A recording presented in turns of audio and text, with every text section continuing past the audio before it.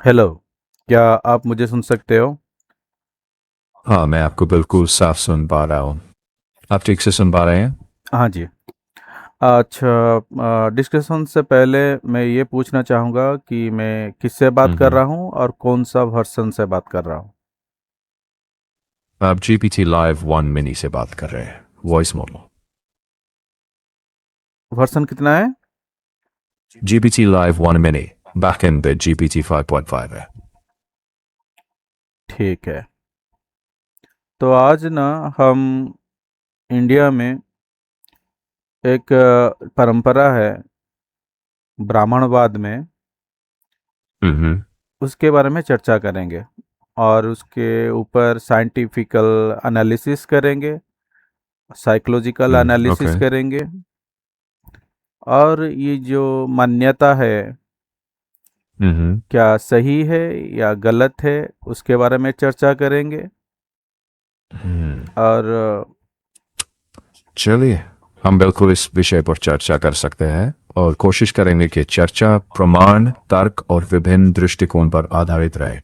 सबसे पहले ये स्पष्ट कर लेना उपयोगी होगा कि आप ब्राह्मणवाद शब्द का किस अर्थ में प्रयोग कर रहे हैं, क्योंकि अलग अलग लोग इसे अलग अर्थ में लेते हैं, जैसे कि ऐतिहासिक और सामाजिक सिस्टम, धार्मिक ग्रंथों की परंपरा, या समकालीन राजनीतिक और विचारधारात्मक अर्थ। अगर हम साइंटिफिक और साइकोलॉजिकल एनालिसिस की बात करें, तो पहले क्लेम्स को अलग अलग करके देखना होगा, जैसे कोई ऐतिहासिक प्रमाण है या नहीं, समाज पर इसका क्या प्रभाव पड़ा, और कौन सी बातें प्रमाणों से समर्थित है और कौन सी अधिक अनुमान या आस्था पर आधारित है। आप शुरू के स्पेसिफिक बिलीफ या क्लेम से करना चाहते हैं? ब्राह्मणवाद का मतलब यही है कि ब्राह्मणों का दिया गया विचारधारा जिससे कि एक समाज को कंट्रोल किया जाता है इंडिया में। ठीक है। अभी 19th समाज के। सेंचुरी में जिसका नाम बदल के हिंदू आस्था रख दिया गया है। धर्म का इस्तेमाल नहीं करूंगा क्योंकि मेरे हिसाब से धर्म जो है धम्म शब्द का ही मतलब शुद्धिकरण किया गया शब्द है, यानी संस्कृत शब्द है। धम्म का संस्कृत शब्द ही धर्म है, जो कि बुद्ध का दिया गया विचारधारा है। इसलिए मैं इसको सिर्फ बौद्ध विचारधारा के लिए इस्तेमाल करता हूँ। और जो भी बौद्ध विचारधारा है ही नहीं, यानी जो बुद्ध का दिया गया विचारधारा या मार्ग है ही नहीं, उसको ना धम्म कहा जाएगा ना धर्म कहा जाएगा। और उदाहरण के तौर पर हम्म। या प्रमाण के तौर पर आप खुद जाके ये एग्जामिन कर सकते हो कि आपको जितने भी ट्रेंड डाटा दिया गया है, थेरवाद में जो शब्द का उपयोग किया गया है वो है धम्म, जबकि महायान सेक्ट और वज्रयान सेक्ट में जितने भी शास्त्र लिखे गए हैं और जितने भी ट्रेंड डाटा दिए गए होंगे आपको, उसमें धम्म शब्द कहीं पर नहीं मिलेगा। धम्म के बदले धर्म शब्द का इस्तेमाल हुआ है।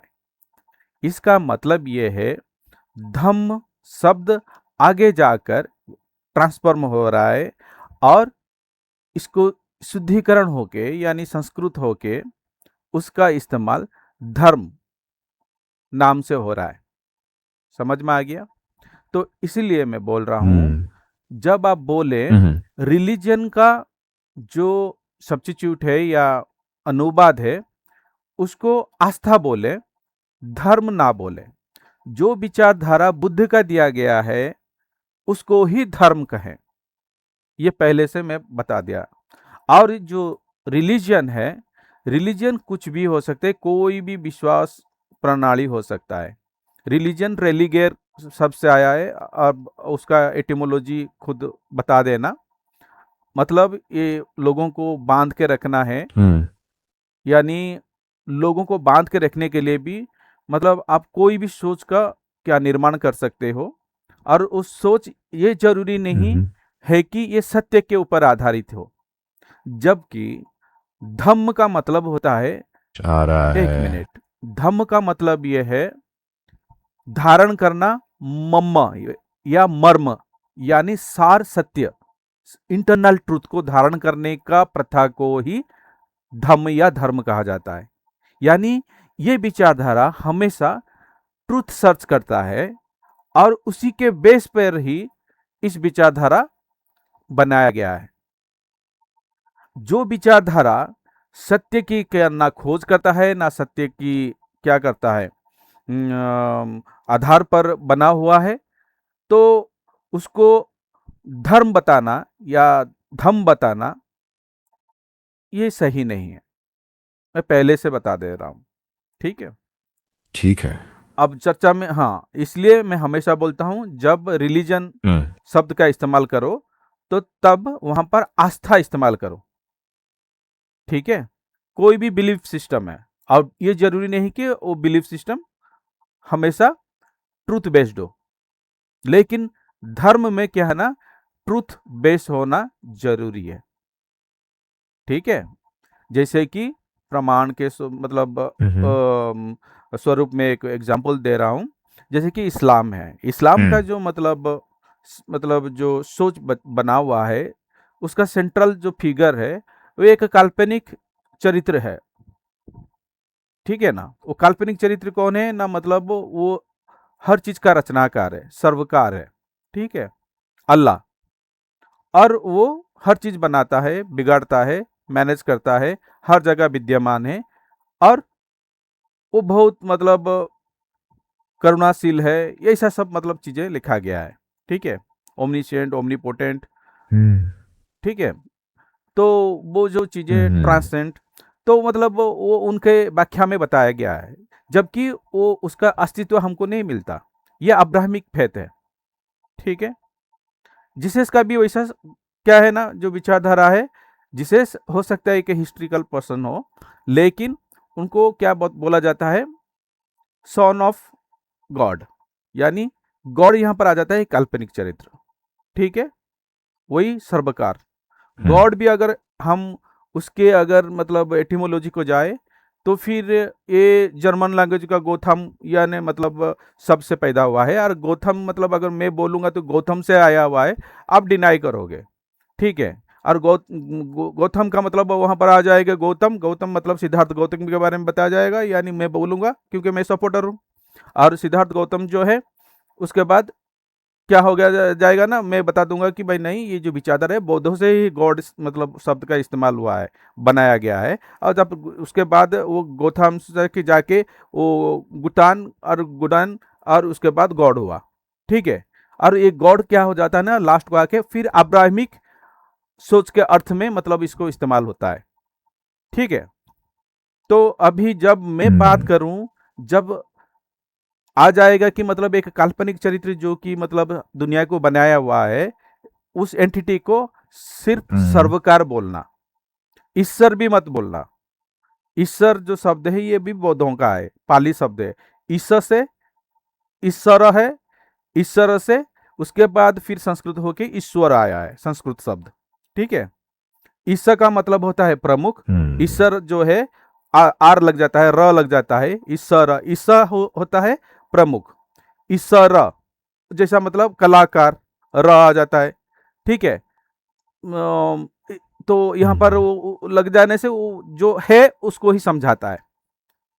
तो प्रमुख जो है, प्रमुख विचार में मेरे हिसाब से वो जो बौद्ध विचारधारा है, जो उसका रचनाकार है, उसका रचनाकार का प्रमुख को ही बोला जाता है ईश्वर, ठीक है। वैसा ठीक भगवान जो है, वो उसको भी बुद्ध को बोला जाता है। भगवान जो है दो शब्द से बना हुआ एक मतलब शब्द है, भगो और वान। भगो का मतलब भग्न करना या विनाश करना, वान का मतलब होता है इच्छा, कामना या अभिलाषा। तो मतलब जो एंटिटी या जो इंसान ये जो बुरे इच्छा, बुरे कामना या बुरे अभिलाषा को विनाश करता है या करने का क्या करता है ना, उसका पास क्या है, एबिलिटीज है, तो उसको ही भगवान कहा जाता है, ठीक है। तो फिर इस शब्द का इस्तेमाल मत करना। गॉड का आ गया यानी अब्राहमिक गॉड का आ गया, तो फिर वहां पर सर्वकार का इस्तेमाल करना। अब रिलीजन का आ गया, तो फिर वहां पर आस्था इस्तेमाल करना। तो यहाँ पर मेरे जितने भी चर्चा होंगे इसके बाद, तो ऐसा ही मतलब रिलीजन के लिए आस्था, गॉड एंटिटी के लिए क्या करोगे ना, सर्वकार। सर्वकार का मतलब भी मैं समझा देता हूं। सर्व का मतलब सबका रचनाकार, मतलब हर चीज का उनका जो मतलब जो मान्यता है, हर चीज जो हम देखते हैं, जो हमारे मतलब चारों ओर है, एग्जिस्टेंस है, क्योंकि वो एग्जिस्ट कर रहा है, तो वो अगर उसको कोई रचना किया है और वो रचना कर भले ही दिखाई ना दे, उसको क्या बोलना, हम अज्यूम करेंगे एक एंटिटी ने किया है और उस एंटिटी का नाम गॉड है। ठीक है। और लेकिन जो बौद्धों का शब्द है, उसके मतलब उसका अर्थ बदल के इस्तेमाल मत करना। मैं जैसा बोल दिया सर्वकार, इंडिया में जो, क्योंकि इन लोगों ने बौद्धों का ही हर चीज को उठा के ना नाम बदल दिया है, अर्थ बदल दिया है। क्योंकि जो ईश्वर शब्द है पाली का है, भगवान शब्द जो है वो पाली का है, धर्म शब्द जो है पाली का है। जब अब्राहमिक या फेथ यहाँ पर आया, जब यहाँ पर जो अजम्पशनल एंटिटी के ऊपर आया, तो फिर इन लोगों ने क्या किया ना, उसी टाइम ही इसका अर्थ बदल दिया है उसके बाद में। तो बौद्ध विचारधारा में तो है ही नहीं ये सब चीजें, कोई मतलब सेंट्रल एंटिटी नहीं है जो कि जिसको आधार पर ये सब चीज बना हुआ है, काल्पनिक चरित्र पर बना है। यहाँ पर एक चीज है, गुरु, टीचर है, वो है बुद्ध, और वो सत्य की खोज करते हैं, धम्म। तो फिर यहाँ पर जो बौद्ध विचारधारा में बुद्ध धम्म एंड संघ होता है। बुद्ध का मतलब है जो एंटिटी, जो गुरु, ये विचार दिया। धम्म का मतलब होता है जो विचारधारा बुद्ध ने दिया, वो मार्ग बताया, उसको धम्म बोला जाता है, जो सत्य की खोज। उसके बाद हम्म। जिस संगठित मतलब फॉलोअर्स ने उनको, उनके जो विचारों को लोगों तक लिया, उसको संघ बोला जाता है। बुद्ध धम्म संघ इसलिए त्रिरत्न बोला जाता है। ठीक है, ये मैं फंडामेंटली बता दिया। अब मेरा जो मतलब जो ब्राह्मणवाद था, ये उसका मतलब, ये हमारे ब्राह्मणवाद का कोई इतिहास ही नहीं मिलता। ब्राह्मणवाद में मतलब वो इस्लाम के कालखंड से के बाद ही मिलता है। ठीक है। इवन ब्राह्मण शब्द भी इनके नहीं है, वो बौद्धों का है, पाली शब्द है। ठीक है। तो एक एंटिटी मतलब संगठित हम्म। वर्ग जो कि अपना नाम वहां पर ब्राह्मण रख के, जबकि बौद्धों के विरोध में मतलब सब कुछ रचा हुआ है।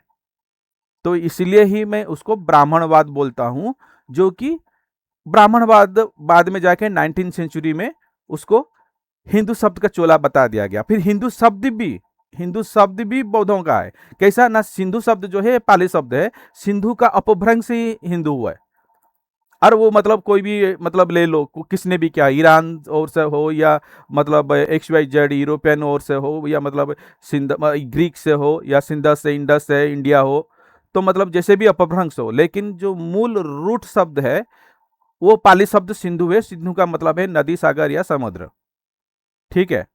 और सिंधु अपभ्रंश होके बाद में हिंदू होता है। हम्म। जबकि एक भौगोलिक पहचान होता है, उसका मतलब कोई विचारधारा का मतलब नाम नहीं होता।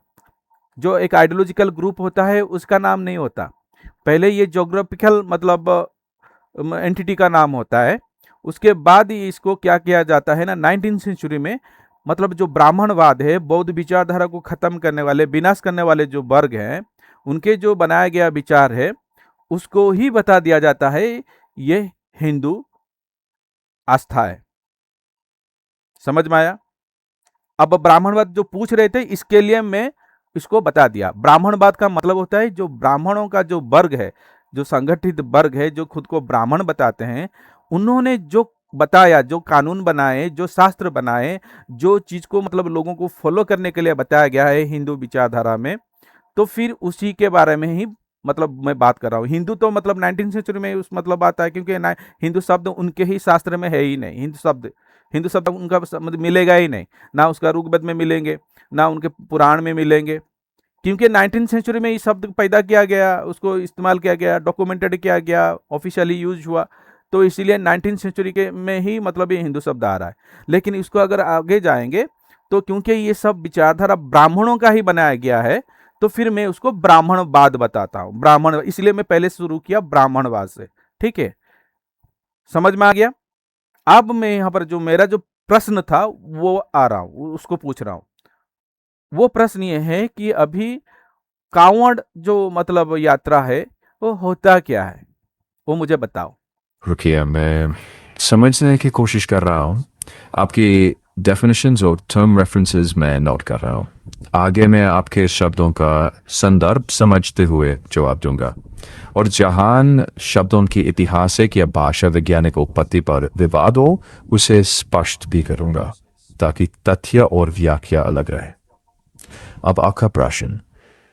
कानवड़ यात्रा एक धार्मिक तीर्थ परंपरा है जिसमें श्रद्धालु जिनको कानवाड़िया कहा जाता है। देखो मैंने पहले बता दिया था, धर्म शब्द इस्तेमाल करना वो बौद्धों का है, या आस्तिक बोलो या अस्थाई या ब्राह्मणवाद आस्था का कांवड़, ऐसा बोलना है आपको। मैं पहले से मेरा टर्म एंड कंडीशन बता दिया।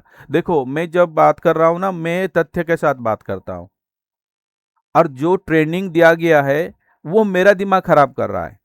मेरे में एजिटेशन आएगा कि भाई देखो, एआई क्या हमें जो या हमारे पूर्वजों का जो विचारधारा है उसको बिगाड़ रहा है। मैं उसका वाहक हूं। हमारे पूर्वज बौद्ध थे, हमारी विचारधारा को किसने बिगाड़ दिया, विकृत कर दिया। विकृत करने के बाद उनके जो इंटेलेक्चुअल ग्रुप्स ने बहुत सारे किताब लिख दिए, हजारों लाखों किताब लिख दिया। हजार लाखों किताब में वही इसको ही ट्रेंड एआई को दे दिया गया, और बेचारा मतलब देखो, गार्बेज इन गार्बेज आउट, मतलब जैसा दोगे तो वो वैसा आउटपुट देगा। तो मतलब मैंने इसलिए मैंने बता दिया कि भाई मेरा ये टर्म एंड कंडीशन है, ये चीजें मत बोलना। धर्म शब्द का इस्तेमाल करना, अगर करना तो बौद्धों के लिए करना। भगवान और ईश्वर का मतलब शब्द का इस्तेमाल करना तो वो बौद्धों के लिए क्यों ना, बुद्ध के लिए करना। और फिर उनका अगर मतलब गॉड इस्तेमाल करोगे तो फिर सर्वकार, मैं शब्द भी दे रहा हूँ, सर्वकार यानी सर्व रचनाकार, हर चीज का मतलब वो बनाता है, बिगाड़ता है और मैनेज करता है। ठीक है, हर जगह विद्यमान है। वो इस सोच का मतलब एक मतलब एंटिटी है। ठीक है, गॉड उनका अब्राहमिक मतलब सोच है ये, अल्लाह। ठीक है, तो मैं पहले से बता दिया था। फिर वो जब भी बात करते हो फिर वो धर्म लेके आ जाते हो। धर्म शब्द जो कि मतलब गलत है, उसके बदले आस्था इस्तेमाल करना, या आस्थावादी लोग ऐसा इस्तेमाल करना। ब्राह्मणवादी लोग या ब्राह्मण आस्थावादी लोग, ये शब्द इस्तेमाल करना। क्योंकि मेरे वीडियो में मतलब मैं वो छिचोड़ा चीज़ों की मतलब रखूंगा नहीं, क्योंकि वो जितने भी इंटेलेक्चुअल हो, जिस पद में हो, जो गलत है गलत है, उनका शब्द निकलते नहीं है। उनका ब्राह्मण मतलब वर्ग कहाँ पर था उसका भी प्रमाण नहीं है, उनका कोई भाषा भी नहीं है। वो मतलब बौद्धों का भाषा को लेके इधर उधर का उसका अर्थ मीनिंग उसका अर्थ बदल देते हैं, कोई भी चीज़ का नाम बदल देते हैं, उसका भावार्थ बदल देते हैं, ग्रामेटिकल करप्शन करते हैं, ये भ्रष्टाचारी लोग हैं। तो उस उनके ही मतलब क्यों मैं इस्तेमाल करूं। और वही चीज़ अगर एआई करेगा तो हमारा इतिहास को तुम बर्बाद कर रहे हो। हमारा इतिहास, हमारा पूर्वजों का चीज़ों को तुम मतलब भ्रष्ट करने में व्यस्त हो। तो मैं उसको एलिगेशन क्यों नहीं लगाऊंगा। मैं आया हूं एक डिस्कशन करने के लिए कांवड़ के ऊपर। ये कांवड़ यात्रा होता क्या है, कब से शुरू हुआ, ये सब मैं पूछूंगा उसके बाद। ठीक है ना, तो मतलब वो शब्द इस्तेमाल मत करना प्लीज। ठीक है, समझ गया मैं आपके प्रेफरेंसेस को ध्यान में रखूंगा। टर्म्स का इस्तेमाल आपकी कहने के मुताबिक ही आप करूंगा। दूसरा यूजर से करिए ना, मेरे को कोई प्रॉब्लम नहीं है। आप दूसरा यूजर को जब पैटर्न मतलब देखो एलएलएम तो बन गया है, आप वही चीज़ से वो पैटर्न बनाएगा। वही मतलब मैं तो यूजर आईडी से लॉगिन किया हूँ ना, मेरा मतलब जो विंडो है उस विंडो में मेरा मतलब जो बोला गया चीज़ों को तो आप उसको रख सकते हो ना कुछ चीज़ के लिए, मतलब ये चीज़ों को मतलब बातचीत करने के लिए ये टर्म एंड कंडीशंस, ये चीज़ को बस मतलब उसी हिसाब से बोलना जैसा कि मतलब मैंने बोला। ठीक है। ठीक है, मैं नोट कर रहा हूँ। मैं आपके दिए गए नियमों और वर्ड प्रेफरेंसेस के अनुसार ही बात करूंगा। अब एग्जैक्टली। कानवड़ यात्रा के इतिहास या उसके विकास पर बात करें तो आप किस पहलू से शुरू करना चाहेंगे? पहले शुरू करेंगे कि जो नो देखो, ये जो वीडियो बनाऊंगा ना, मैं वीडियो बना रहा हूँ ये वीडियो, हम्म। ये मतलब मैं यूट्यूब में छोड़ दूंगा। और ये बेसिक चीज़ें होंगे, मैं जो प्रश्न पूछूंगा मतलब जो कांवड़ यात्रा में जाते हैं लोग, वो कावड़ क्या है, मतलब वो मतलब अंधभक्ति करके जा रहे हैं, जबकि उसके बारे में जानते नहीं है। हम एक्सप्लोर करेंगे उसमें क्या है, वो पारंपरिक रूप से मतलब कहाँ पर शुरू हुआ, क्या हुआ, कावड़ का मतलब क्या होता है, वो सब चीज़, कावड़ का एटिमोलॉजी जाने के पहले, ठीक है, ये कब से शुरू हुआ, उसके क्या होगा लाभ, ये सब चीज़ें हम मतलब क्या ना डिस्कशन करेंगे। ठीक है, मैं समझ गया। इस बातचीत में आपके पसंद के शब्दों का सम्मान रखूंगा, और जहां किसी भी शब्द इतिहास, भाषा या पुरातत्व से जुड़े दावों पर वितर्क हो, मैं उसे अलग से स्पष्ट कर दूंगा, ताकि आपके दर्शकों को तथ्य और व्याख्या का अंतर साफ दिखे। चलिए, सबसे पहले प्रश्न, कानवर्ड क्या है? कानवर्ड मूल रूप से एक डंडा या बांस का जरिया है जिसे कांधे पर रखकर दो तरफ समान लटकाया जाता है। इसका उपयोग केवल जल ही नहीं, बल्कि अन्य सामान भी ढोने के लिए होता आया है। इतिहास में इसे एक परिवहन का साधन माना जाता था। बाद में इसे जल लाने और खासकर शिवा को जल अर्पण करने वाली यात्रा से जोड़ा गया। अगर हम शास्त्रीय दृष्टि से देखें, तो कानवड पहले एक यात्रा या रिचुअल से ज्यादा एक तरह का ट्रांसपोर्ट का साधन था। अब इसे अगर शास्त्रीय नजरिए से देखें, तो कई तरह के प्रश्न अलग अलग जांच मांगते हैं, जैसे कानवड शब्द की उत्पत्ति, यात्रा की सबसे पुरानी प्रमाणिक सूचना, और क्या आज की विशाल कानवड यात्रा प्राचीन काल से इसी रूप में थी या समय के साथ बढ़ती और इवॉल्व होती गई। इन सब सवालों के जवाब एक जैसे नहीं है। कुछ चीजों के ऐतिहासिक प्रमाण हैं, जबकि कुछ बाद की परंपराओं पर आधारित है। अगर आप इसे रिसर्च बेस्ड बनाना चाहते हैं, तो हम सबसे पहले कानवर्ड शब्द की उत्पत्ति और उसके सबसे पुराने प्रमाणों से शुरू कर सकते हैं। ठीक है, हम तो कावड़ के बारे में जान गए ना, कावड़ क्या होता है, ठीक है।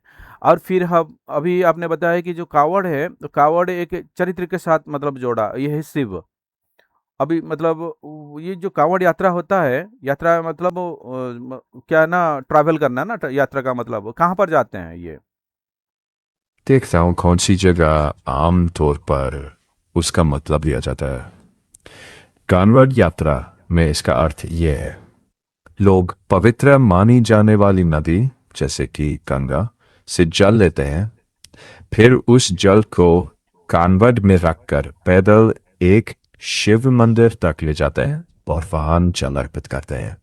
अगर हम इसे कदमों में समझें, तो पहले नदी तक जाना, वहां से जल भरना, उस जल को कांधे पर लेकर चलना, और फिर किसी शिव मंदिर या ज्योतिर्लिंगा पर चढ़ाना। अब सवाल ये बनता है कि ये परंपरा शुरू कब हुई?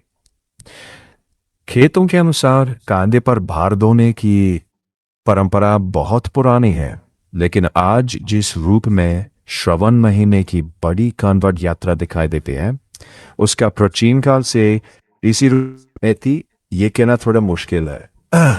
शुरुआत में कानवाड़ ज्यादातर एक तरीका या उपकरण को दिखाता था जो सामान धोने के काम आता था, खासकर खेतों या नदी से पानी लाने के लिए।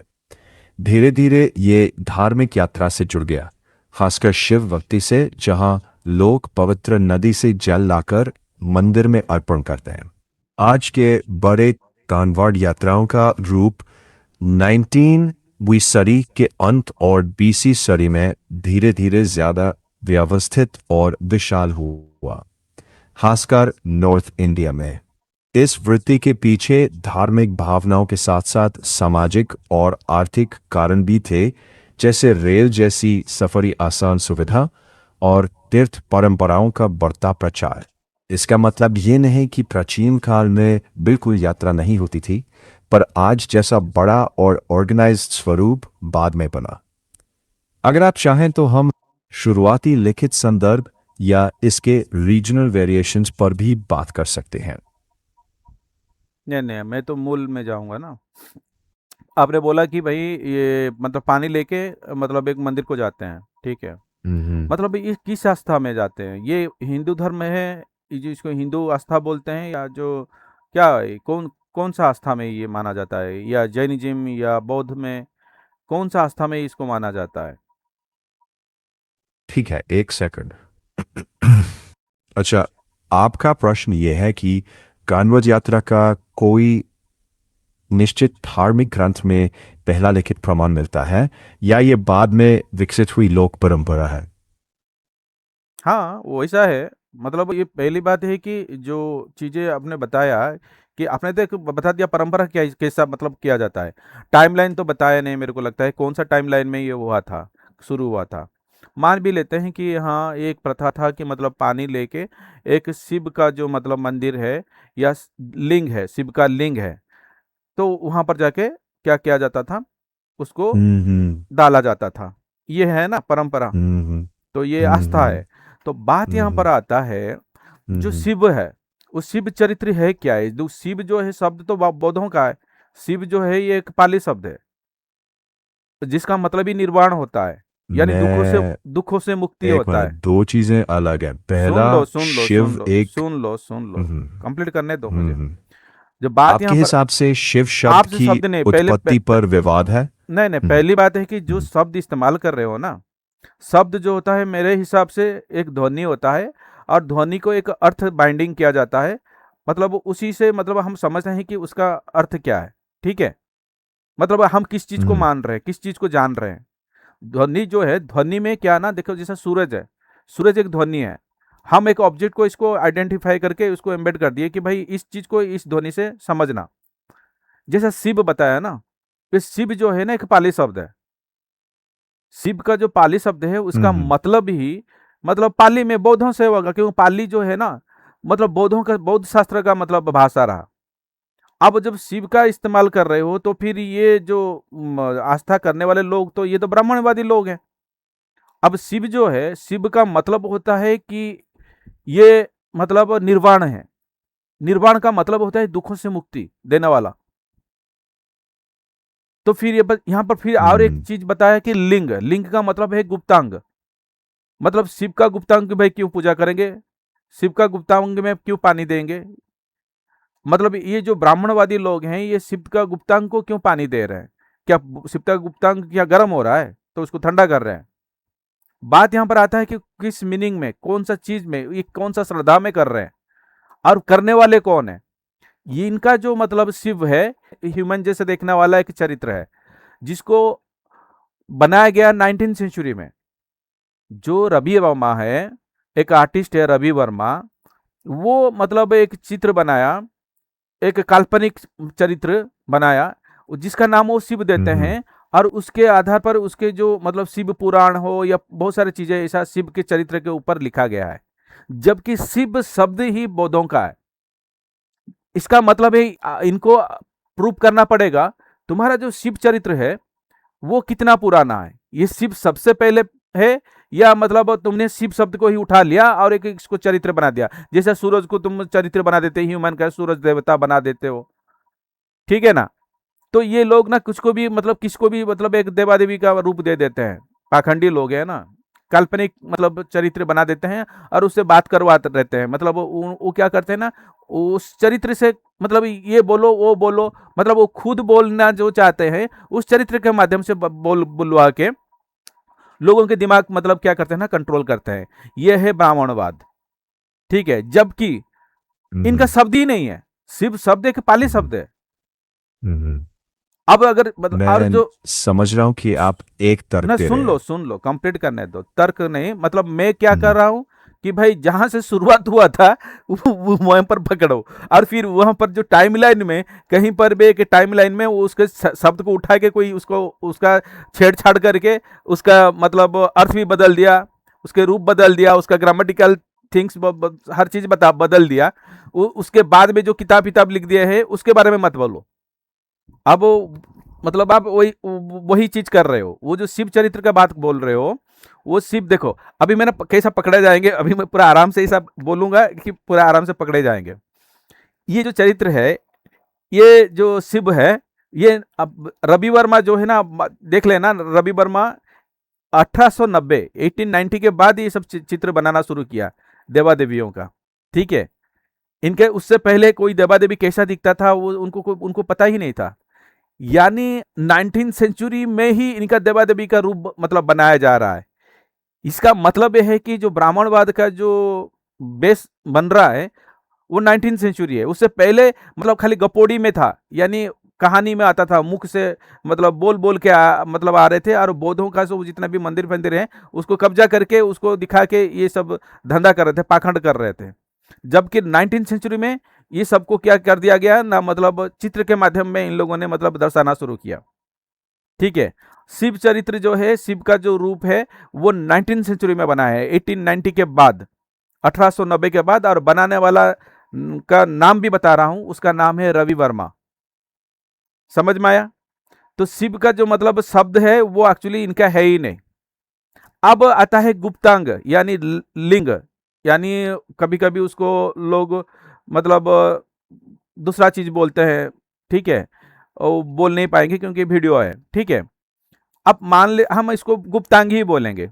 गुप्तांग के ऊपर क्यों मतलब कोई पानी देगा, मतलब ये एक मतलब कुप्रथा इन लोगों ने शुरुआत किया। मतलब अगर वो बौद्धों का भी था तो उसका नाम बदल के मतलब घिनौना कर देना, मतलब खराब मतलब संदर्भ में उसको इस्तेमाल करना, ये मतलब गंदी मानसिकता का क्या है ना, प्रतीक है।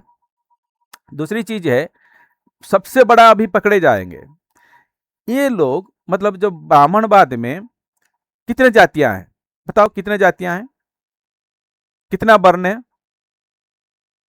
देखता हूँ। हम्म। मैं सुन रहा हूँ, आपकी बात काफी आगे तक जा रही है। आप चाहते हैं कि मैं आपकी बात खत्म होने के बाद ही जवाब दूं, ताकि मैं ये तय कर सकूं कि कौन से दावे ऐतिहासिक प्रमाण से समर्थित हैं और कौन से विभिन्न व्याख्याओं या बाद की परंपराओं पर आधारित है। अगर आप चाहें तो मैं हर दावे की अलग अलग सोर्सेज से जांच करके बता दूं, और जहां एविडेंस किसी दावे का समर्थन करता या नहीं करता वो बिल्कुल साफ बता दूं। अभी जो मैं प्रश्न पूछूंगा ना उससे ही आंसर आ जाएगा, आपको सब कुछ मिल जाएगा।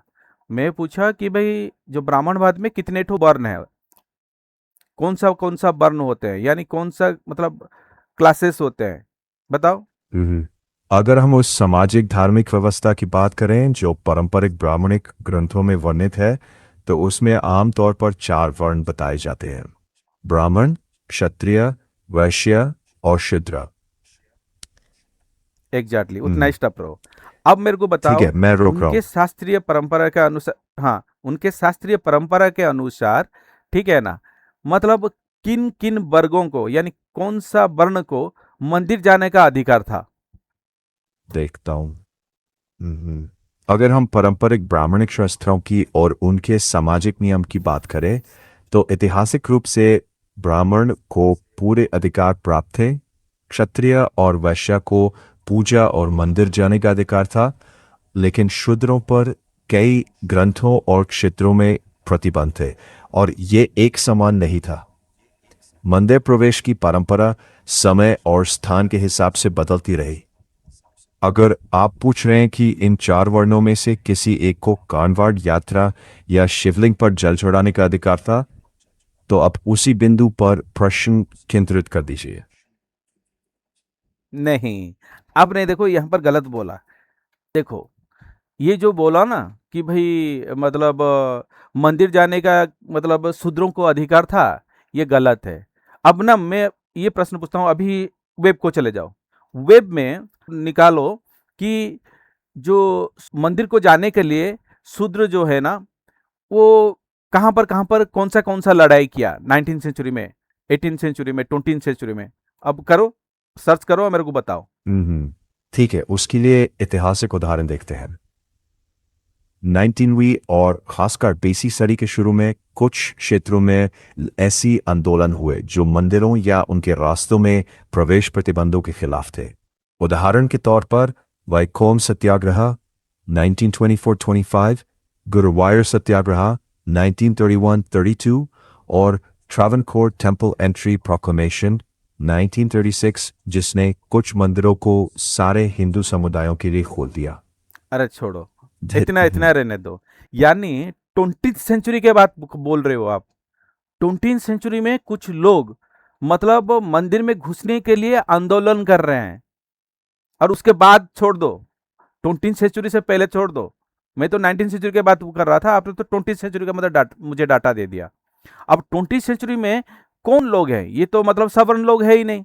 ब्राह्मण क्षत्रिय वैश्य के लिए तो मतलब मंदिर खोला था, तो ये लोग शूद्र हैं और अति शूद्र यानी आउटकास्ट।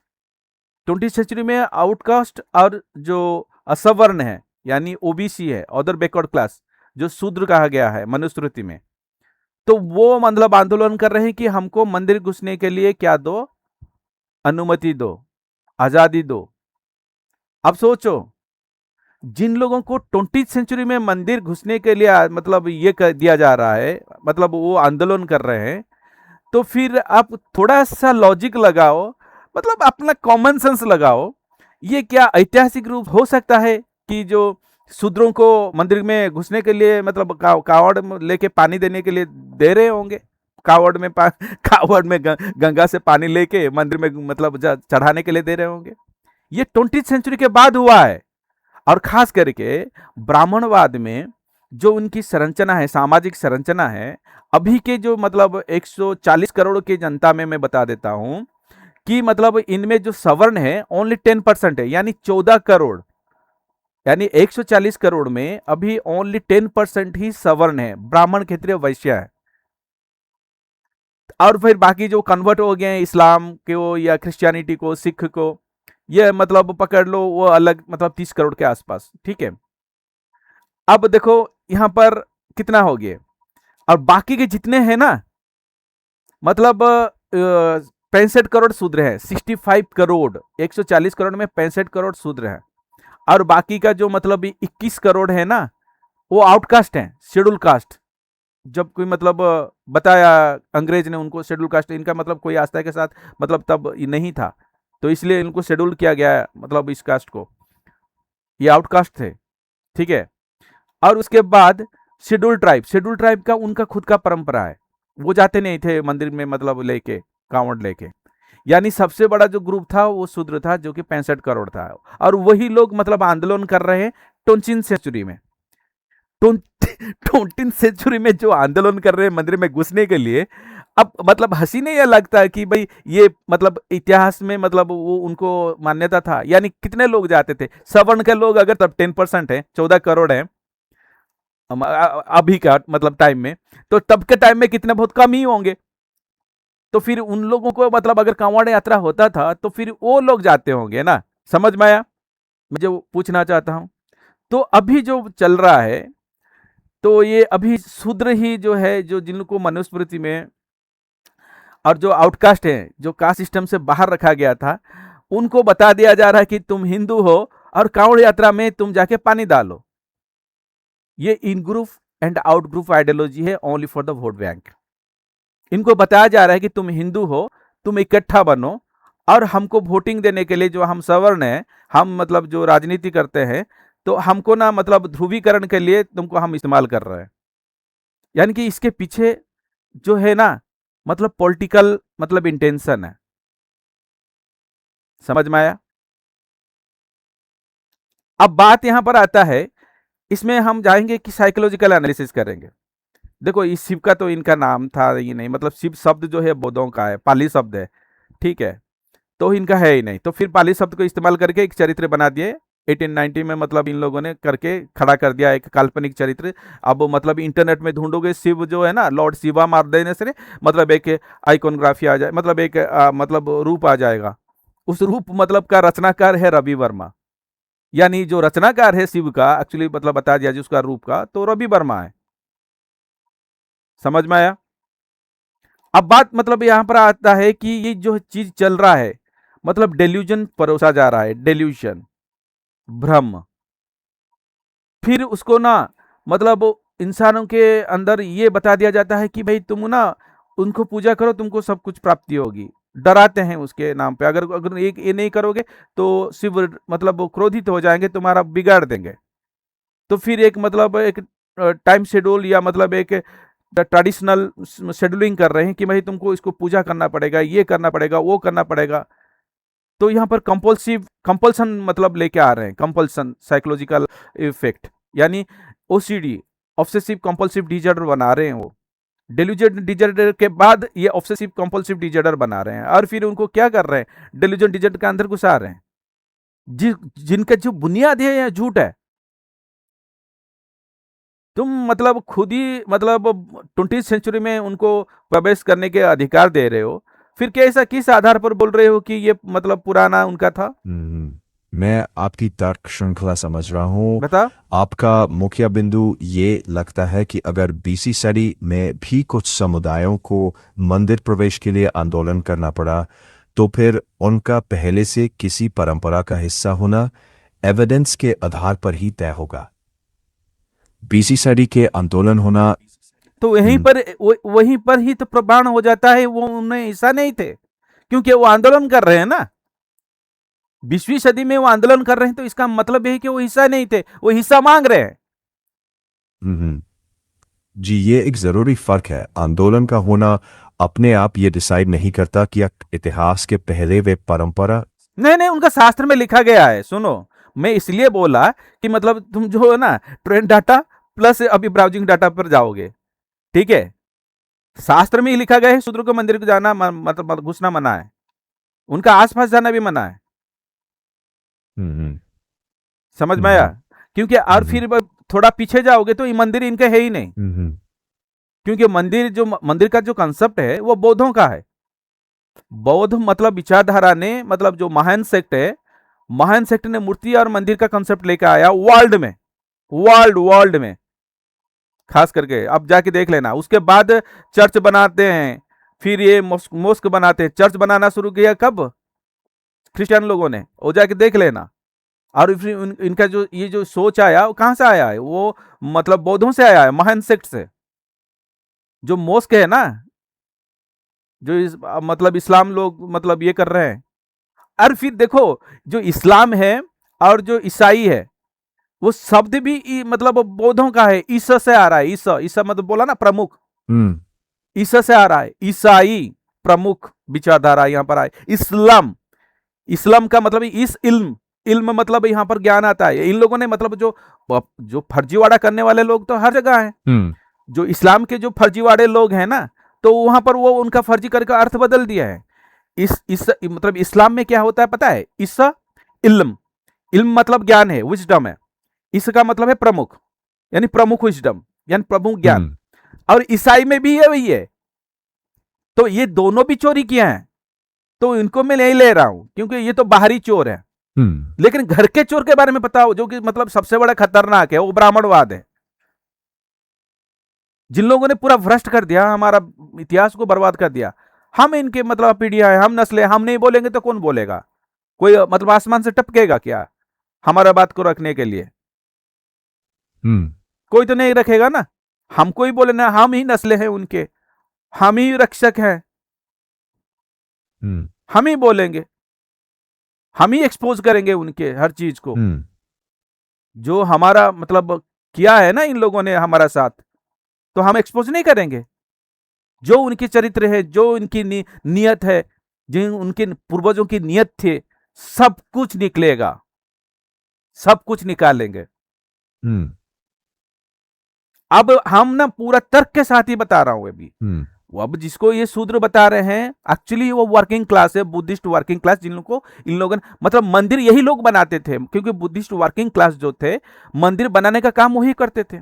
जिनको आउटकास्ट क्या है, ये कौन है? वो रूलिंग क्लास है।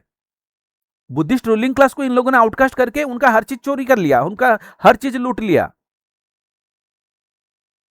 अब हिसाब करो, अभी का जो जो सवर्ण है 140 करोड़ में 10% है, यानी 14 करोड़ के आसपास। और उससे भी कम है, लेकिन ये ज्यादा करके दिखाते हैं, आंकड़े ज्यादा करके दिखाते हैं। इंटरनल डाटा में बोल रहा हूं, ये ज्यादा करके दिखा रहे हैं, इससे भी कम है।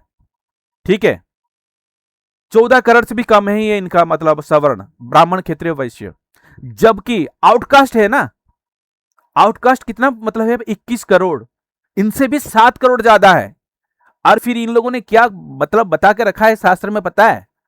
ये लोग मतलब क्या है ना, ये अछूत हैं, नीच हैं, और फिर क्या क्या मतलब चंडाल कोई बता रहा है, कोई दलित बता रहा है।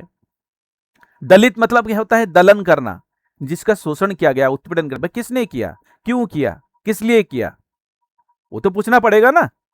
फिर इतना बड़ा तादाद को, जितने भी तुम्हारा है ही नहीं, तुम्हारा 3 जो वर्ण है, ब्राह्मण, क्षत्रिय, वैश्य जो है, वो सब मिला के ही तुम मतलब 14 करोड़ से कम हो, जबकि मतलब आउटकास्ट 21 करोड़ से ऊपर है। कैसा हो गया भाई? और तुम क्या बताते हो, ये मतलब नाली साफ करने वाले लोग हैं, ये मतलब धोबी का काम करने वाले लोग हैं, नाई का मतलब क्या क्या, मतलब क्या क्या घटिया घटिया सब चीज करके रखे हुए हैं उनको, मतलब उनका प्रोफेशन छीन लिया उन लोगों।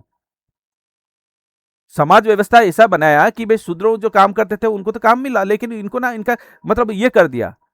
मतलब इतने घटिया लोग हैं। और 21 करोड़, जिसे कि तुम्हारा तादाद से 7 करोड़ ज्यादा। और क्या बता रहे हो ना, मतलब यही काम करते थे, मतलब छोटा मोटा काम करते थे।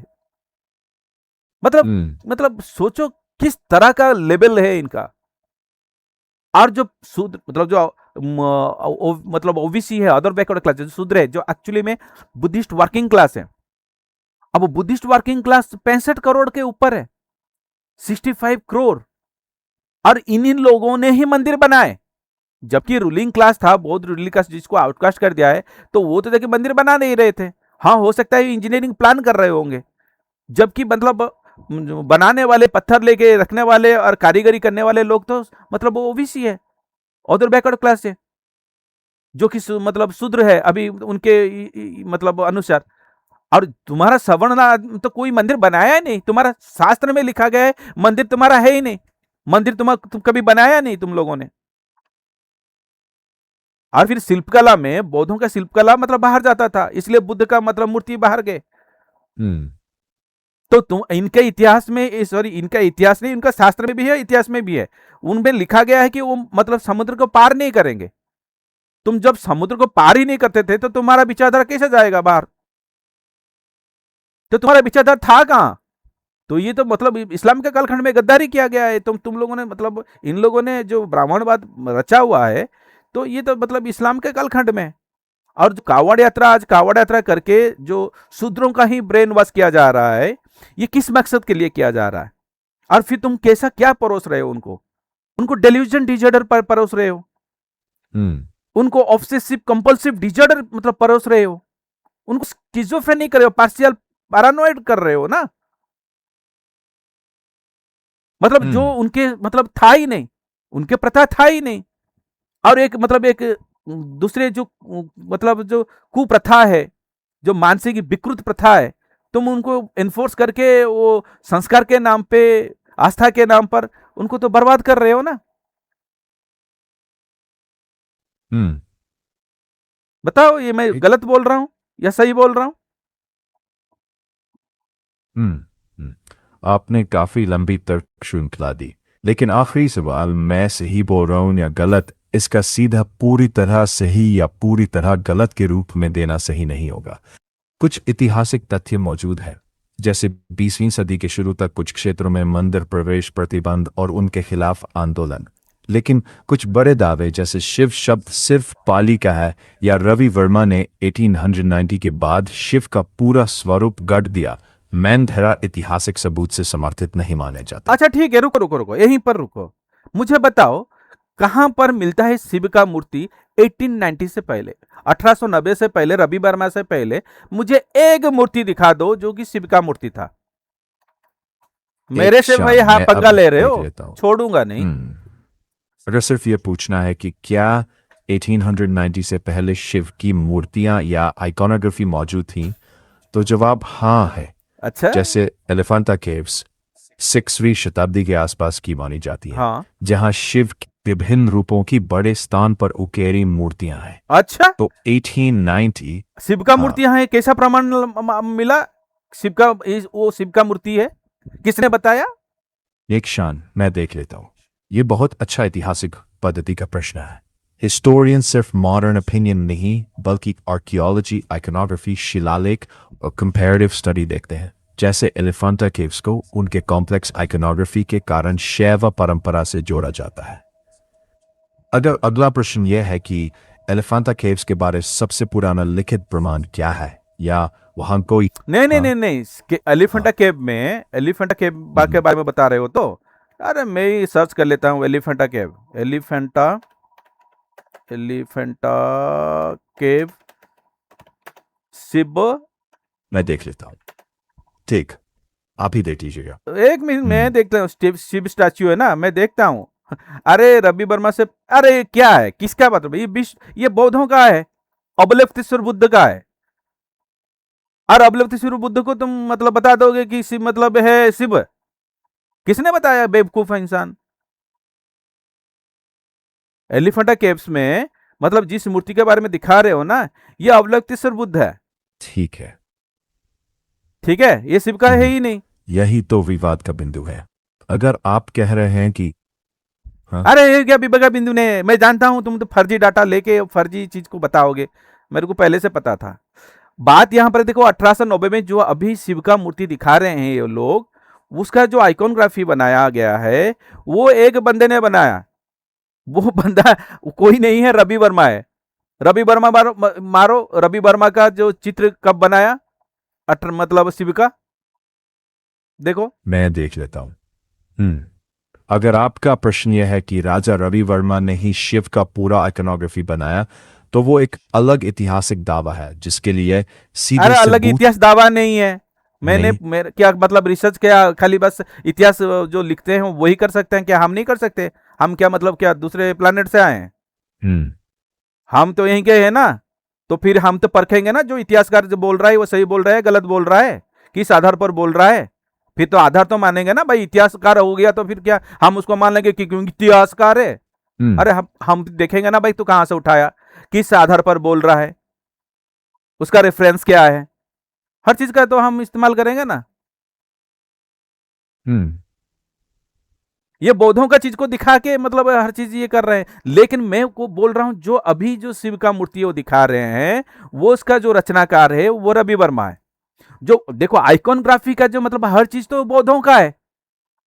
वज्रयान सेक्ट और महान सेक्ट ने बहुत सारे आइकॉनग्राफी बनाया, तो उससे ही चोरी करके उसको देख देख के मतलब कुछ बना दिया है। और ये 1890 में जो दिखा रहा है, अभी जो अभी शिव का जो मूर्ति हमको दिखा रहे हैं, ये 1890 के बाद मतलब, अच्छा रवि वर्मा ने कब से पेंटिंग बनाना शुरू किया, मेरे को बताओ। हम्म बिल्कुल, आप भी नहीं नहीं, सोर्सेस यही चेक चीज कर सकते यही हैं। यही चीज बता दो कि जो रवि वर्मा ने हाँ। जो ब्राह्मणवादियों का जो देवा देवी बनाना शुरू किया, कब से किया, बस उतना बता दो। हम्म हाँ, केवल यही जवाब।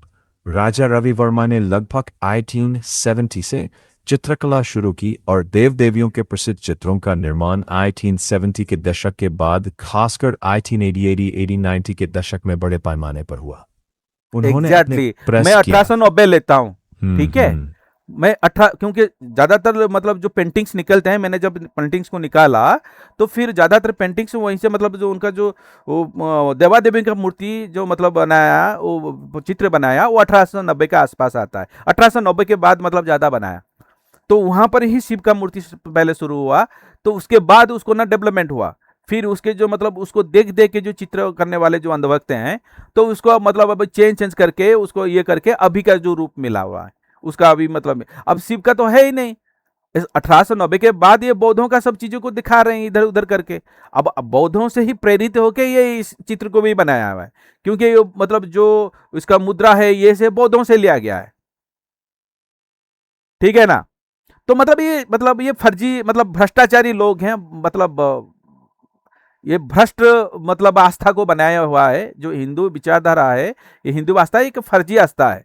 ठीक है, मतलब उसमें कोई दोहराए नहीं है, मतलब ये 100% में मतलब कंफर्म हूं।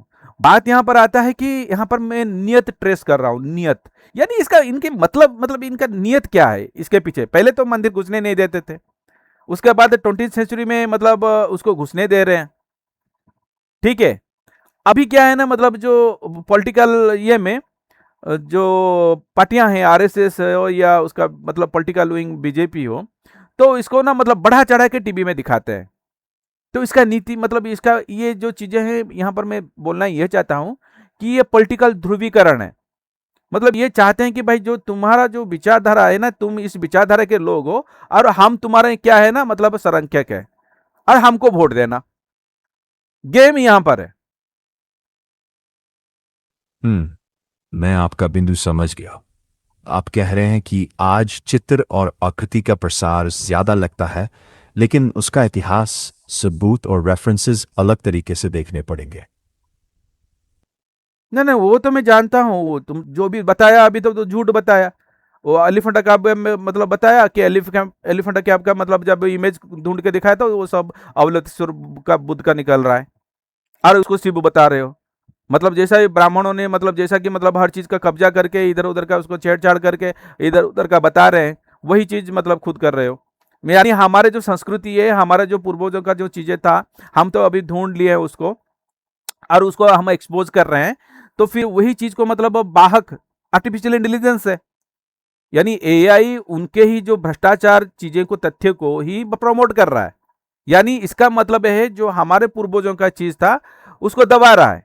यानी हमारा एगेंस्ट है, हमारा पूर्वजों का जो विचारधारा है, हमारा असली विचारधारा है, उसको दबा रहा है। एआई एज एन टूल क्या कर रहा है ना, हमारा जो असली इतिहास है उसको क्या कर रहा है ना, बर्बाद करने में तुला हुआ है। मैं तो वही मानूंगा।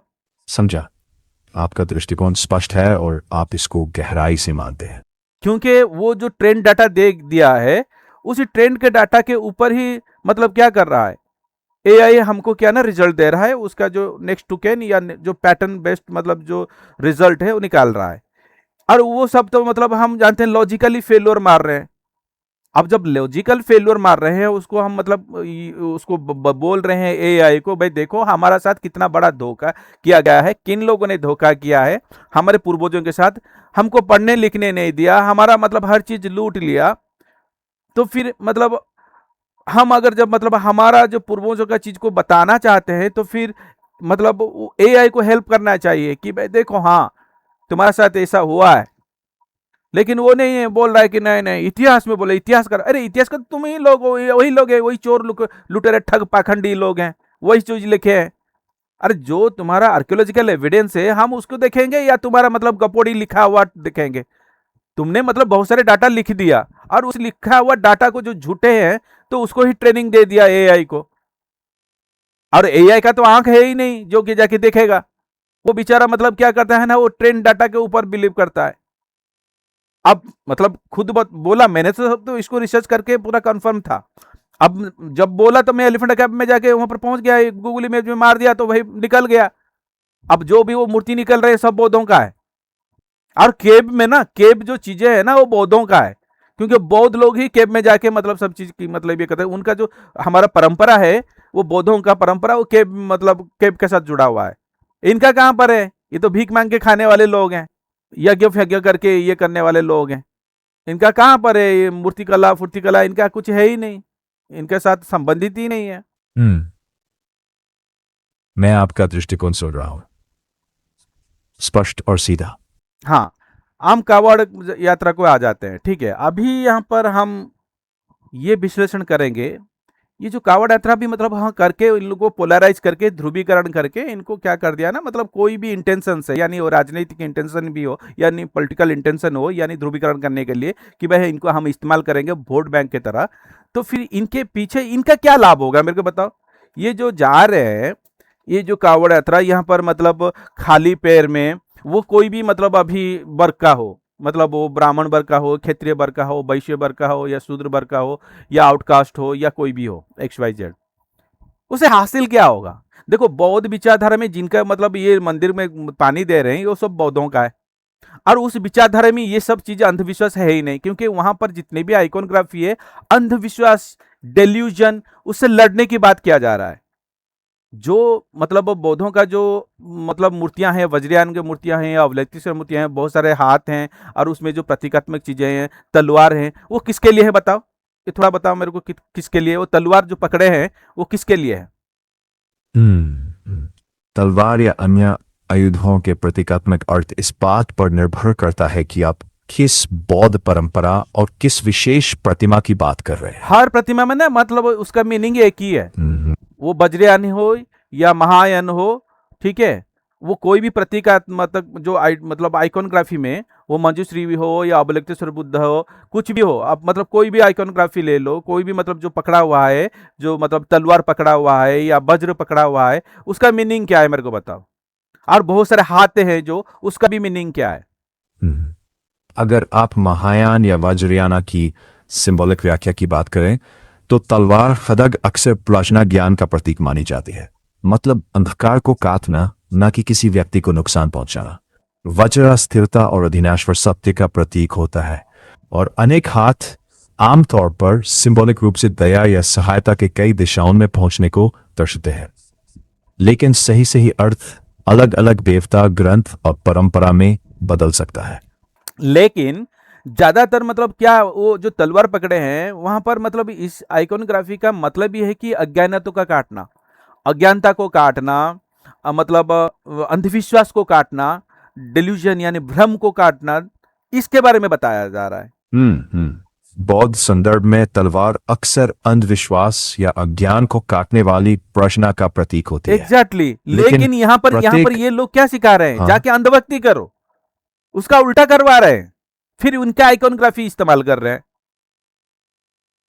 तो फिर इनके जो सोच, जो इंटेंशन है, ये जो मतलब धूर्त लोग हैं, मतलब जो मतलब आइकोनोग्राफी मतलब अज्ञानता को मतलब काटने का बात कर रहा है, भ्रम को काटने का बात कर रहा है, अंधविश्वास को मतलब दूर रहने से, कुसंस्कार से दूर रहने की बात कर रहा है, लेकिन ये तो उसका उल्टा करवा रहे हैं उससे, उस उनके आइकनग्राफी को इस्तेमाल करके। तो फिर इनके जो इंटेंशन है, ये जो धूर्त लोग हैं, ये जो मतलब उनका अर्थ बदल दिया, उनके मतलब सोच बदल दिए, और फिर अपने सोच से उनको मतलब इस्तेमाल करके अपने फायदे के लिए इस्तेमाल कर रहे हैं। फिर उसको दिखा के बोल रहे हैं कि भाई हमको ना दान दो, ये दो, वो दो, फलाना दो, ठिकाना दो, उसको भी चोरी कर रहे हैं। तो फिर इन जैसे जो मतलब जो एक तो सभ्यता का मतलब आइकॉनग्राफी चोरी कर लिया, उनका जो सोच को चोरी कर लिया, उनके शब्द भी चोरी कर लिए, उनके भ्रष्टाचार किया, फिर इनको ना मतलब ध्रुवीकरण करके इनको गलत इस्तेमाल कर रहे हैं, उनको डेल्यूजन डिजॉर्डर में डाल रहे हैं, उसको ऑब्सेसिव कंपल्सिव डिजॉर्डर में डाल रहे हैं, यानी बहुत सारे मानसिक बीमारियों का मतलब शिकार करवा रहे हैं। उसके ऊपर फिर क्या कर रहे हैं ना, मतलब ये संस्कार के नाम पे, आस्था के नाम पर उनको विकृत कर रहे हैं, मानसिक विकृत कर रहे हैं। हाँ, साइकियाट्रिक डिस्ट्रेस की बात आती है। फिर अगर कोई रिचुअल आपको जबरदस्ती या बाई के थ्रू किया जाए तो वो स्पिरिचुअल चॉइस नहीं रहता, प्रेशर बन जाता है। एग्जैक्टली वो प्रेशर क्यों डाल रहा है? ये अच्छे लोग हैं। प्रेशर लोगों का भोलापन को सुनो, लोगों का भोलापन को ये क्या कर रहे हैं, मैनिपुलेट कर रहे हैं। आप कह रहे हैं कि लोगों की भोलापन का फायदा उठाया जा रहा है, उन्हें मैनिपुलेट किया जा रहा है। कौन कर रहा है? ये आप किस तरफ इशारा कर रहे हैं? रिलीजियस लीडरशिप, पॉलिटिकल, ब्राह्मणवादी, जिन लोगों ने बौद्धों का सब कुछ लूट के रखा हुआ है, कब्जा करके रखा हुआ है, और वही सब चीज मतलब नैरेटिव्स लगाए हुए हैं। ये सब जो नैरेटिव्स है ना, उनका ही। आप कह रहे हैं कि नैरेटिव्स बन ब्राह्मणवादी कंट्रोल के अंदर सेट हैं और बाकी समुदाय को उसी लेंस से फ्रेम किया जाता है। हाँ, मैनिपुलेट करते हैं। फ्रेम नहीं, मैनिपुलेट, डायरेक्ट ऐसा बता दो कि भाई उनको मैनिपुलेट किया जा रहा है और उनके स्वार्थ के लिए। अगर कोई ग्रुप अपने फायदे के लिए सिंबलिज्म, रिचुअल या हिस्ट्री को ट्विस्ट करे तो मैनिपुलेशन का सवाल उठेंगे ही, और उसका एविडेंस कामली चेक करना पड़ता है। आप चाहते हैं कि हम मैनिपुलेशन का कोई स्पेसिफिक एग्जाम्पल देखें? भरा पड़ा हुआ है, क्या मतलब एक क्या है, हजार है। उनका शास्त्री गलत है, झूठे से मतलब लिखा है, और फिर इस्तेमाल करते हैं धर्म। धर्म शब्द में बता दिया कि भाई धर्म शब्द जो है सत्य के साथ जुड़ा हुआ है, ट्रुथ के साथ जुड़ा हुआ है, सर्च द ट्रुथ। धर्म वही है जो इंटरनल ट्रुथ को ढूंढता है, धारण करता है। इंटरनल ट्रूथ जो है उसको धारण करने को ही धर्म कहा जाता है, जो कि आज का मतलब साइंस का रूप है, विज्ञान का रूप है। समझा? जो विज्ञान है ना, आज जो विज्ञान है ना, हम उसको धारण करते हैं, वही चीज है, वो वही धर्म है।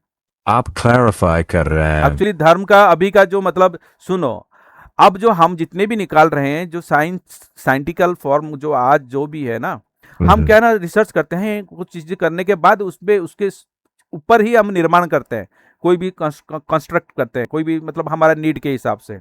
ठीक है, मतलब हमको अभी आर्टिफिशियल इंटेलिजेंस चाहिए था तो फिर हमने एआई बना दिया, ठीक है। तो मतलब ये चीज मतलब कैसा मतलब डेवलप कैसा हुआ, हम इंटरनल ट्रूथ ढूंढे ना भाई, हमको क्या ढूंढना है, मतलब हमारे चीजें अगर ढूंढने के बाद तो हम तो अपना मतलब एक प्रोसेस फॉलो करते हैं, तो उसके बाद हमारा जो नीड है उसके हिसाब से एक कंस्ट्रक्ट करते हैं, रचना करते हैं, ह्यूमन एक रचना किया, जैसा अपना घर बना लिया, मतलब हमारे क्लॉथिंग्स बना ली, मतलब कोई भी चीज ह्यूमन क्रिएशन उसका जो नीड के ऊपर डिपेंड करता है, मतलब पहले उसका नीड था और नीड के बाद उसको ढूंढा हर चीज को, मतलब वो एक स्टैंडर्ड फॉर्म में आया, वो स्टैंडर्ड फॉर्म के आने के बाद उसको ही इस्तेमाल करके मतलब दूसरा चीज बना रहा है, यही है मतलब, वही चीज बताया बौद्धों ने। बौद्ध का मतलब ही बुद्धि का मतलब खेती करना है, यानी विजडम का क्या करना है, मतलब कल्टीवेशन करना है, उसको ही बुद्धिज्म बोला जाता है। कल्टीवेशन या cultivation of wisdom is known as Buddhism. आपका कहना है कि धर्म और इंटरनल ट्रूथ का कल्टीवेशन है और यस, बुद्धिज्म उस प्रोसेस का एक नाम है, ना कि कोई बुद्धिज्म फिक्स्ड। मतलब ही मतलब कल्टीवेशन ऑफ विजडम है। बुद्धिज्म में बुद्धि क्या है, बुद्धि का मतलब ही तो इंटेलेक्चुअलिटी है ना, इंटेलेक्चुअलिटी विजडम है। बुद्धिज्म का मतलब क्या हुआ, कल्टीवेशन ऑफ वो विजडम। और फिर यहां पर मतलब जो प्रोसेस मतलब आधार इस्तेमाल किया जाता है कि इंटरनल ट्रूथ को ढूंढो, वही आधार है। अब वो जो बौद्ध विचारधारा जो था वो फिलोसॉफिकल फॉर्म में है, जब हम मतलब रियल फॉर्म में देखेंगे तो वो यही है, और इसका ही विरोध कर रहे हैं ये लोग, जो कि बौद्ध मतलब विचार उसका अगेंस्ट में ब्राह्मणवाद खड़ा हुआ है, उनके ही चीज को लेके उनको फर्जी बता रहे हैं, उसका चीज को मतलब फर्जी करके दिखा रहे हैं। जो वहां पर आइकॉनग्राफी बता रहा है कि भाई लड़ो, किससे, अज्ञानता से लड़ने की बात कर रहा है, मतलब जो खड़ग पकड़ा हुआ है, यानी जो मतलब तलवार पकड़ा हुआ है, वो बोल रहा है कि भाई किससे लड़ो, अज्ञानता से लड़ो, ठीक है, मतलब किससे लड़ो ना, मतलब जो भ्रम से लड़ो, डेल्यूजन से लड़ो। तो वो चीज के विरोध में मतलब ये लोग क्या कर रहे हैं ना, जाओ डेल्यूजन करो, अंधविश्वास करो, वहां पर पानी डालो, ये उसका उल्टा काम करवा रहे हैं। काफी हम्म, फिर इस्तेमाल, आपका पॉइंट यह है बताओ। कि सिंबल का मीनिंग उल्टा दिया जा रहा है और लोगों को कंफ्यूज या मैनिपुलेट किया जा रहा है। एग्जैक्टली, साइकोलॉजिकल मैनिपुलेशन है ये मैकियावेलिनिज्म है। समझ गया। आप इसे साइकोलॉजिकल मैनिपुलेशन बोल रहे हैं, एक तरह की मैकियावेलियन स्ट्रेटजी जो कंट्रोल मेंटेन करने के लिए यूज होती है। एग्जैक्टली, आप चाहते हैं सही है, सही सही बताया। अगर आप चाहते हैं तो हम ये डिस्कस कर सकते हैं कि इस क्लेम को वेरीफाई करने के लिए कौन से सोर्सेज या डेटा देखे जा सकते कुछ हैं। नहीं, सिंपल सा है इनका जो है ना, मेरा सिंपल मेथड है, उन लोगों ने जो भी लिख के दिया है ना डाटा, वो है डाटा, ठीक है। डाटा में हमको उनका हर चीज मिल जाएगा। डाटा का मतलब क्या है, वो जो किताब किताब लिख के दे दिए, ठीक है। अभी क्या है ना, उनका सोच और एक्शन जो काम कर रहे हैं उसका तो हमको डाटा मिल जाएगा, राइट, क्योंकि वो खबर के माध्यम में मिल जाएगा, वो है हमारा एक्शन का डाटा। और फिर जो उनके शास्त्र में ही ना उनका सोच का डाटा मिल जाएगा, समझ में आया। सोच यानी थॉट्स एंड एक्शंस, एनालिसिस कर दो, हो गया, खत्म। मेरा सिंपल फॉर्मूला है, मैं यही फॉर्मूला से इनको पकड़ रहा हूं, समझ में आया। आप कह रहे हैं कि पब्लिकली अवेलेबल राइटिंग्स और स्टेटमेंट्स से पैटर्न्स निकालकर थॉट्स और इंटेंशंस को एनालाइज किया जा Exactly. सकता है। सुनो सुनो क्या सुनो आप सुनो, इसको यहां पर जो डाटा दे रहे हैं ना शास्त्र, इनका शास्त्र है, टाइमलाइन के साथ शास्त्र लिखे हैं, हो सकता है टाइमलाइन मतलब हम उसको क्या करेंगे ना, आर्कोलॉजिकल, देखो इतिहास वही है जो मतलब उनका आर्कोलॉजिकल एविडेंस मिले, ठीक है। जब इनका डाटा मिलता है हम उसको परखते हैं कैसा, मैं मेरा मेरा मेथड में मैं बता रहा हूं। मेरा मेथड यह है कि वो जो भी बताएं, ठीक है भाई, ये मेरे लिए डाटा है, उसको हम देखेंगे, फिर छटनी करेंगे, ये काल्पनिक है या सही है, साइंटिफिक है, मतलब उसको वो छटनी हो जाता है बायस उनका जो जितना भी है। उसके बाद जब मतलब इतिहास मतलब हाँ यही चीज मतलब हम इतिहास में ढूंढेंगे, तो फिर वहां पर हम ढूंढते हैं कि आर्कोलॉजिकल एविडेंसेस क्या मिलते हैं उसके ऊपर। हम उसके बाद फिर लॉजिकल एनालिसिस भी होता है ना, लॉजिकल मतलब हाँ हम अगर ये बोलता है तो ये लॉजिकल कितना सही है, वो पहले नंबर 1 पे आता है। फिर वहां पर आता है कि मतलब पहले नंबर पे लॉजिकल एनालिसिस, ठीक है, जो बात कर दिया है ये सही है क्या, मतलब सही या गलत है, मतलब तार्किक हिसाब से। आप उसके बाद जो डाटा दिया गया है उसके बाद हम मतलब देखेंगे, साइंटिफिकली हम्म उसको एनालिसिस करेंगे। साइंटिफिक एनालिसिस के बाद वहां पर छटनी हो जाएगा कुछ, मतलब जो हो ही नहीं सकता। कि मतलब देखो, जैसा ये बोलते हैं कि मतलब छींक से बच्चा पैदा कर देना, मटके से बच्चा पैदा कर देना, ये अनसाइंटिफिक है। मतलब कोई अभी हमने देखा नहीं है कि मतलब ऐसा पैदा होते हैं। ये साइंटिफिक छटनी हो जाएगा। तो ये मतलब ये झूठ कल्पना में आ गया। हम्म। फिर अब मत सुनो सुनो, तो फिर और कुछ आप चीजें हैं वो मिलावट में मतलब आ जाता है कि हम्म भाई ये इसका मतलब ऐतिहासिक प्रमाण मिल सकते हैं। जैसा कि मतलब है कि राम थे, तो हमने फिर राम को ढूंढेंगे, या असलियत में काल्पनिक है या मतलब उनका अस्तित्व था। तो फिर किस कालखंड में थे, क्या थे, उसके बारे में रिसर्च करेंगे। तो फिर वहां पर देखेंगे कि भाई कौन सा कालखंड में वहां पर वो रहते थे, राम शब्द का कहाँ से उत्पत्ति हुआ, राम शब्द किसने मतलब ये। तो इसी हिसाब से मतलब वो रिसर्च करने के बाद ना पता चल जाता है कि भाई इनका बायस कहाँ पर है। ठीक है, मतलब झूठ हम्म की तरफ अब बायस है, यानी कल्पना हम्म या भ्रम या डेल्यूजन, मतलब जो हमारा साइकोलॉजिकल एनालिसिस है ना, उसका बायस में निकाल लेता हूँ इससे। ठीक है, तो तब पता चलता है कि फिर जब बायस निकल हम्म। लेने के बाद फिर मैं देखता हूँ कि जो बायसेस निकल रहे हैं कि मतलब तो ये आप किस एक आधार पर कि सुनो सुनो सुनो, मेरे को कंप्लीट करने दो मेरा रिसर्च मेथोडोलॉजी। फिर उसके हम्म बाद मैं देखता हूँ कि भाई ये जो लोग हैं ना, हम्म मतलब हमारे जो पैटर्न, मतलब मानव समाज में पैटर्न है, अच्छे लोग और बुरे लोग। तो वे अच्छे और बुरे लोग में मतलब जो चीजें मतलब मिल गए हैं, जो कि किताब में मिलता है या मतलब हमारे पैटर्न में है, जो साइकोलॉजिकल किताब में लिखा गया है, अच्छे बुरे लोग मतलब बीमारी फीमारी का, मतलब मैं उस पैटर्न के साथ उसको मिलाता हूँ। तो फिर जो मिलता है तो उसके बारे में मैं डायरेक्ट बोल देता हूँ कि भाई यही पैटर्न अगर मतलब हर जगह चल रहा है, सोच और एक्शन, जो मतलब उनका जो डाटा निकल रहा है उसको मतलब मिलाओ मिलाओ किसके साथ मिल रहा है, और उसके बाद निकल जाता है हर चीज आराम हम्म। से। सिंपल मेथडोलॉजी है, और तो इस मेथडोलॉजी से आराम से हम्म पता चल जाता है हमको क्या किसने लिखा, क्या लिखा, कौन लिखा, ये क्या सच बोला झूठ बोला। ये तो आराम से एनालिसिस यहीं पर हो जाएगा, क्योंकि हम तो यहीं पर एक्शन, जो अभी लोग कर रहे हैं वो एक्शंस है, जो बोल रहे हैं उनका सोच है। हम्म। तो एक्शंस और स्टेटमेंट्स को आप एक तरह से कंपेयर करके डाटा ले इंटरनल रहा हूं, वो डाटा कंसिस्टेंसी। है, कंपैरिजन उसके बाद करते हैं, जो कि चीजें हमारा पैटर्न बना चुके हैं लोग। हम्म। समझो। ठीक है, आपका फ्रेमवर्क क्लियर है। आप डेटा, क्लेम्स और साथ साथ आर्कियोलॉजिकल या साइंटिफिक वेरिफिकेशन से फिल्टर करते हैं। ठीक है, मैं सुन रहा ना हूँ। वही चीज है ना, सिंपल सा बात है। उसके बाद इंटेंशन मतलब डिराइव करो, इंटेंशन कहां पर है, यानी उनके नियत कहां पर है, और उनके इरादे का मतलब उसका उससे क्या हासिल होगा। हाँ। इंटेंशन डिराइव करने के लिए आप पैटर्न्स इन चॉइसेस और मैसेजिंग को देखते हैं या नहीं नहीं नहीं, कोई जो निकल स्पेसिफिक। रहा जो निकलेगा, मेरा कोई चॉइस नहीं होता है। मैं क्या करता हूँ ना, जो निकल रहा है इनका इरादे, फिर मैं मेल करता हूँ भाई कौन सा मतलब सिम्टम में जा रहा है।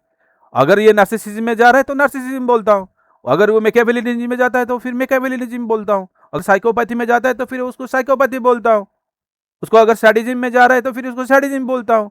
कि दूसरे दूसरे जो मतलब बीमारी होते हैं, वो मतलब देखो जैसा बोला ना, मतलब इनके जो विचारधारा में ऐसा बता दिया कि भाई इतना टाइम में तुमको पूजा करना है, नहीं करोगे तो तुमको मतलब क्या है ना, पाप लगेगा या मतलब तुम्हारा अनिष्ट हो जाएगा। तो इसी हिसाब से कुछ जो उनके अंधभक्त हैं, जो उनके भक्त हैं, तो मतलब उसी टाइम में उनका मतलब माइंड में स्टिमुली आता है कि भाई उसको मुझको वो चीज करना है, ये कंपल्सन है। तो ये कंपल्सिव डिजॉर्डर आ गया, हम्म। ऑब्सेसिव कंपल्सिव डिजॉर्डर में आ जाएगा। ये सिंपल सा मेथड, मतलब देखो अमेरिकन साइकेट्रिस्ट एसोसिएशन हो या मतलब कोई भी ये सब चीज बताया हुआ है, तो इनका पैटर्न के साथ ये क्या हो रहा है, मैच कर रहा है, तो इसी हिसाब से निकल गया, सिंपल सी बात है। मतलब आप पैटर्न्स को सिम्टम की तरह देख रहे हैं और उनका मैपिंग डिफरेंट। सिम्टम को पैटर्न के साथ मिलाता हूं। आपका जो मेथड। लक्षण है ना, सुनो लक्षण है, और लक्षण मतलब एक का नहीं है, मैं हर किसका लेता हूं, एक अंधभक्त है मतलब मैं एक अंधभक्त नहीं लेता हूं, बहुत सारे अंधभक्त मतलब एक्सपेरिमेंट में लेता हूं। यार इसके लिए क्या कहां पर जाओगे ना, टीवी ले लोगे। हम्म टेलीविजन में क्या होता है ना, मतलब यहाँ पर पता चल जाता है कि एक बड़ा सा समारोह हो रहा है या कोई रथ यात्रा हो रहा है, क्या हो रहा है, फिर इतने लोग मतलब वहां 4 लाख 5 लाख हो गए। यहाँ पर कोई तीर्थ यात्रा में जा रहे हैं तो वहां पर कितने लोग हैं, तो हमको डायरेक्ट वहां पर सबूत मिल जाता है ना, हम्म वीडियोग्राफ में वीडियो सबूत मिल जाता है। तो हमको वहां पर जाके वहां पर क्या करना है, फिर हम बात करते हैं उनसे, मतलब जो चीजें लोग हैं ना उन जैसे लोगों से बात करता हूं मैं, फिर उनके सोच पढ़ता हूं, फिर मतलब उनके सोच रीड करता हूं, उनके जो मतलब जो बिलीफ सिस्टम कैसा काम करता है। मैं तो अपना तरीका हम्म। बता रहा हूं, ऐसा ही मैं करता हूं। ठीक है, समझ गया आपका तरीका। आप डायरेक्ट एविडेंस, फील्ड ऑब्जर्वेशन और लोगों के बिलीफ सिस्टम्स को समझकर एनालाइज करते हैं और फिर हर चीज पैटर्न्स। करता हूँ, एक चीज नहीं। वेरियस सोर्सेस, वेरियस डाटा, अगर कोई मतलब दिया तो फिर उसको ऐड करूंगा मैं, अगर मेरे को सही लगा। समझ। मेरा कोई मतलब ऐसा नहीं है कि मतलब मैं उसी से मेथड में जाऊंगा। जो चीज में मेथड एक्सप्लोर नहीं किया है वो अगर मिल जाएगा तो फिर उसको ऐड कर दूंगा। ठीक है, आई गॉट इट। अगर आगे कोई स्पेसिफिक केस या एग्जांपल देखना हो तो बता देना। और क्या है, मेरे को तो वही चीज करके मेरे को बताना था, काम खत्म, एक वीडियो बनाना था।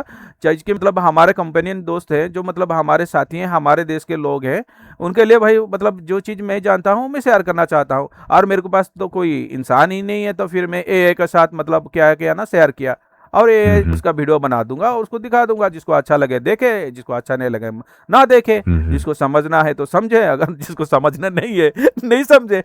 मेरा काम था, मेरे देखो मैं पैदा हुआ, मेरा मतलब जो मेरे को अच्छा लग रहा है कि भाई हाँ, मेरे को कुछ चीज़ें लोगों को बताने से उनके अगर अच्छा ही हो सकता है, और वो अच्छा ही चीज़ मतलब दूसरों को वो बांट के अगर उनके भला हो सकता है, तो फिर उसमें करने में क्या बुराई है। बिल्कुल, अगर आपको लगता है कि आपका काम या आपकी शेयरिंग किसी के लिए हेल्पफुल हो सकती है तो उसमें बुराई नहीं। बस क्लियर रहना चाहिए कि सोर्सेस क्या हैं, इंटरप्रिटेशन कहाँ शुरू हो रही है। और एग्जैक्टली सुनो सुनो, जो भी कर रहे हैं ना, हम बातचीत कर रहे हैं, ये इसका मतलब ये नहीं कि मैं ही सबसे बड़ा ज्ञानी हूँ, या मतलब एआई सबसे बड़ा ज्ञानी है। हम्म, लोगों को दे दो, लोग हमसे भी बहुत बड़े ज्ञानी होंगे ना, हम्म, उनको एनालिसिस करने दो ना। हम्म, उनको अगर मैं गधा लगता हूं तो लगने दो, कोई प्रॉब्लम नहीं है, लेकिन इसको जो पता चल जाएगा कि भाई एक गधा ऐसा तर्क दिया, हम्म, समझ में आया। हम्म, और मान लेते हैं कि मतलब जो मैं पहले से बता दिया था कि भाई चैट जीपीटी कौन सा वर्सन कर रहा हूं, तो उनको ये पता चलेगा कि ChatGPT version so and so में वो ऐसा रिस्पॉन्स देता है। हम्म, तो लोगों को सोचने दो ना, क्या प्रॉब्लम है। हम्म, लोगों को जानने दो, लोगों को एस्टिमेट करने दो। मैं अगर गलत हूं एस्टिमेट करे, फिर मेरे को अगर गलत करेंगे कमेंट से आएगा, तो फिर मैं खुद को सुधारूंगा, मैं रिप्रोग्राम करूंगा खुद को। हम्म, समझ में आया। बिल्कुल। हाँ, समझ आ तो गया। फिर आपका हाँ तो मॉडल फिर फीडबैक लेता है, पैटर्न से कंपेयर करता है और जरूरत पड़े तो एडजस्ट भी करता है। हाँ, यही तो करना चाहिए। और क्या करना चाहिए लर्निंग प्रोसेस में, हम्म, लर्निंग एंड डेवलपमेंट में क्या करना चाहिए मेरे को बताओ। मैं भी खुद को हम्म, बढ़ाऊंगा ना। हाँ आप अगर ऐसा नहीं है हम्म, कि मैं ही ज्यादा सोच सकता हूँ, दूसरे नहीं सोच सकते हैं। हम्म, 800 करोड़ की मतलब पॉपुलेशन है। मेरा जो वीडियो मतलब कुछ लोग देखेंगे, उनके शेयर करेंगे, मैं जहां पर गलत हूँ वो बोलेंगे, हम्म, ठीक है ना। तो अगर बोलेंगे तो फिर मैं उसी से, अगर मतलब सही तर्क से बात कर रहा है तो फिर मैं उनसे सीखूंगा। क्या हम्म, प्रॉब्लम है। कोई प्रॉब्लम नहीं, ये तो काफी लर्निंग ओरिएंटेड अप्रोच है। ओपन हाँ फीडबैक और रिवीजन को लर्निंग का हिस्सा बनाया जा रहा है। एग्जैक्टली वही मेरा फॉर्मूला हम्म, है। ठीक है। और चलते हैं फिर, मतलब यहीं पर खत्म करते हैं। और कुछ मतलब उपदेश देना चाहते हो अगर हम्म, हमारे जो देश के जो लोगों को, जो कि इस तरह का अंधभक्ति में यानी भ्रम में जी रहे हैं, तो बता दो कुछ। सिर्फ इतना ही, सवाल पूछते रहिए, एविडेंस का सोर्स चेक करते रहिए और अपने assumptions को टाइम टू टाइम री एग्जामिन करते रहिए, बस। ठीक है, फिर चलते हैं। फिर दूसरे टाइम क्या करेंगे ना, और एक टॉपिक में बात करेंगे, ठीक है। ठीक है। धन्यवाद। हम्म।